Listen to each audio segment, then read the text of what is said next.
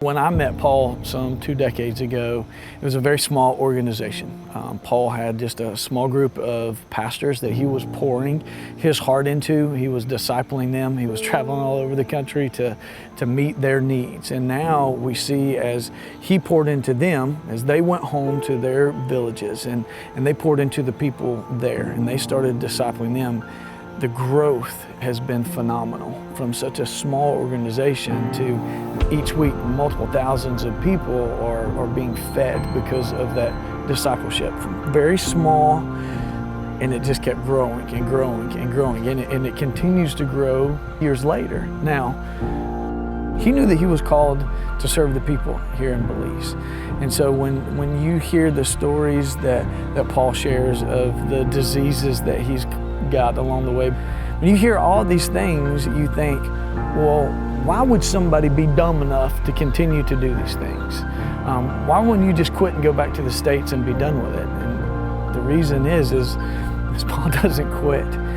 He knows what God has called him to do, and it is to love the people of Belize, show them the love of Christ. And so I guess he's kind of like the postman. He always delivers. It doesn't matter what's going on. And when you sit and talk with Paul, you see the years of wisdom that God has just opened his eyes to see. Some things that me or you from the outside, we look at and go, this doesn't make sense. We would do this a little bit different.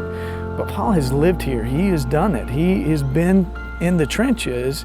And so being there and doing that gives him the opportunity to know exactly how best to serve the people of Belize. And when we come in and he says something, you may want to tilt your head a little bit and go, man, how does that work?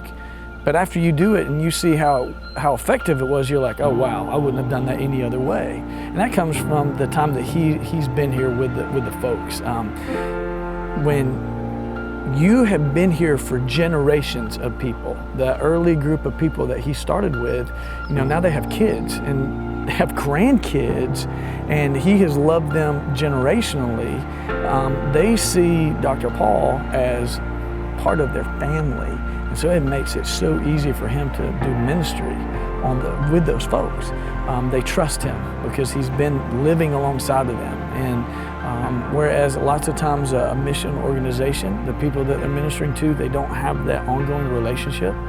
And those folks know that Paul is somebody that's going to be back and they're going to count on him.